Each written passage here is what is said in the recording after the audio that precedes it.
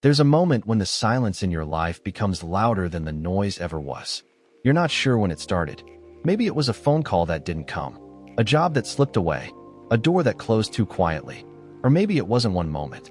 Maybe it was 1,000 small ones that finally stacked too high. And now, here you are, looking around at a version of your life that doesn't look like anything you imagined. You're not climbing anymore. You're not progressing. You're surviving, breathing out of habit, moving on autopilot, showing up when your soul doesn't. This place feels like the bottom. And if you're honest, you're afraid this might be all there is now. That maybe you've gone too far down to rise again. But let's pause right here. What if this version of rock bottom isn't what it seems? What if it's not the end of your story, but the exact place your story changes? Because that's the thing about bottoms. They're solid. You stop falling. You stop spinning. And for the first time, even in your exhaustion, you're still. And stillness has a strange kind of wisdom in it. Rock bottom doesn't scream. It whispers. It doesn't push you to climb. It invites you to rebuild. It strips away the noise, not to punish you, but to help you hear something you've been missing for years. Yourself. You start to realize that you don't actually miss the version of life that led you here. You miss the version of you that existed before life demanded you become someone else just to survive it. Maybe your rock bottom is trying to return you to that. Not to comfort zones, not to nostalgia, but to truth. Raw, inconvenient, sacred truth. And truth doesn't always come gently. Sometimes it comes after a breakdown, a panic, a burnout, a mistake. Sometimes it arrives when all your plans have crumbled and you're staring at pieces you don't know how to reassemble. But here's what most people never realize. The pieces didn't fall apart because you were weak. They fell because the structure was never meant to hold your next level. Think about this. A seed breaks open before it grows. A caterpillar disintegrates in the cocoon before it becomes something else. Even the night has to become pitch black before the first light means anything. So what if you're not failing? What if you're transforming? What if everything that's breaking right now is just exposing what's real? See, you can't pretend at rock bottom. You can't fake who you are here. And strangely, that's why this place is so powerful. Because from here, you can begin again. Not from fear, not from performance, not from pressure, but from truth. And that's where real becoming begins. Rebuilding sounds beautiful until you try it. People talk about starting over like it's this magical thing. Like rising from the ashes means instant clarity, instant strength, instant purpose. But the truth? Rebuilding often starts with confusion. You stand in front of what's left, and none of it makes sense.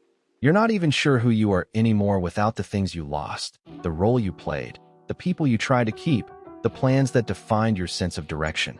And that's okay, because you're not supposed to know who you are right away. You're not a blueprint being followed. You're a person being formed. The most powerful transformations don't begin with certainty. They begin with a single, honest decision. I don't know where this will lead, but I can't stay where I am. That one sentence. That's how rising begins. Not with a roar, but with a whisper. Not with fireworks, but with a flicker. So what do you do when you're at the bottom and everything feels foreign? You stop chasing answers, and you start practicing honesty. Real honesty. The kind that says, I'm tired, but I want to try. I feel lost, but I don't want to give up. I don't trust the process right now, but I'm still here. That kind of honesty is powerful, because it's yours. And anything that's truly yours becomes a foundation. You start to take small steps. Not because you feel ready, but because staying stuck hurts more. You journal what you can't say out loud. You take a walk, even if you cry through it. You clean one corner of your space, because chaos outside amplifies chaos inside. You talk to someone, not to be fixed, but to be heard. These are not dramatic moments. They're real moments. And real is where the rebuilding happens. One of the greatest lies rock bottom tells you is this. You're behind. Behind who? Behind what timeline? Who decided that by now, you were supposed to have it all figured out? Comparison is a thief, and it loves to show up when you're already down. But healing doesn't care about clocks.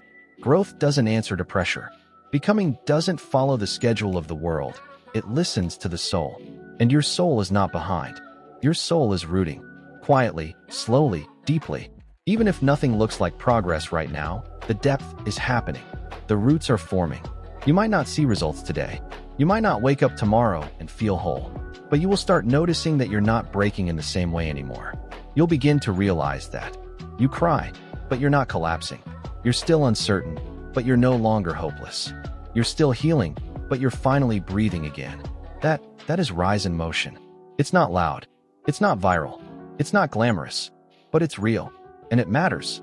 Because the kind of strength that's born in rock bottom is the kind no one can take from you. It's not borrowed. It's not performative. It's not motivated by applause. It's yours. Built in the quiet, forged in the dark, tested in the fire. You don't have to explain this phase to anyone. You don't owe the world a polished version of your process. This is yours. And what's yours can be sacred, even if it's messy, uncertain, or incomplete. So don't underestimate this season. The silence, it's space. The stillness, it's preparation. The pain, it's cracking open what needed to be touched so you could finally feel again. You are not lost. You're rooting. And what's being planted now will rise when the time is right. So what comes next? You've started to breathe again. The ground beneath you isn't shaking like on Tess.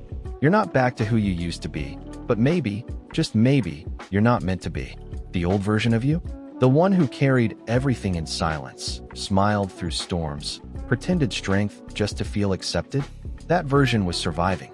But now you're building. And not just rebuilding the past, but constructing something new. Something yours. This next chapter of your life shouldn't be a performance. It shouldn't be a checklist. It shouldn't be based on who claps for you, or who doesn't. It should be a place where your peace is protected, where you no longer shrink just to be palatable, where your no is as sacred as your yes, where rest is part of the rhythm, not something you have to earn. But how do you build that? Start with these 3 truths. 1. You deserve softness. This isn't about weakness. It's about balance. You don't have to be hard just because life was. Create routines that feel like comfort, music that calms you, spaces that soothe you, boundaries that protect you. Softness is not a luxury. It's part of your healing. 2. You don't need to be understood by everyone. Not everyone will get this version of you. The quieter one, the one who walks away instead of proving a point, the one who stops showing up for what drains them. Let them misunderstand. They weren't there at your rock bottom. They didn't see the nights you survived alone. They don't need to approve of the peace you fought for. 3. Keep the lessons, not the pain. Your past may be part of your story, but it's not your identity. What broke you does not define you. What you chose after is what shapes your becoming. Carry the wisdom forward, but leave the shame behind. Now, there's one more thing you need to hear.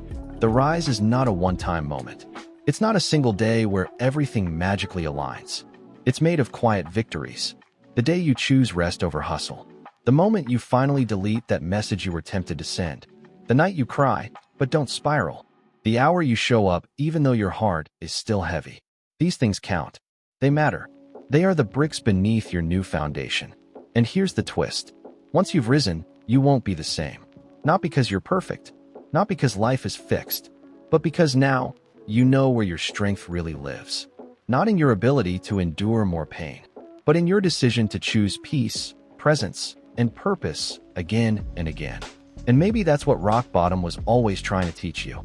That you were never meant to go back. You were meant to rise different, wiser, softer, stronger, more you than ever before. So when the world tells you to move faster, to bounce back, to achieve more, pause. You know better now. You know that stillness has value.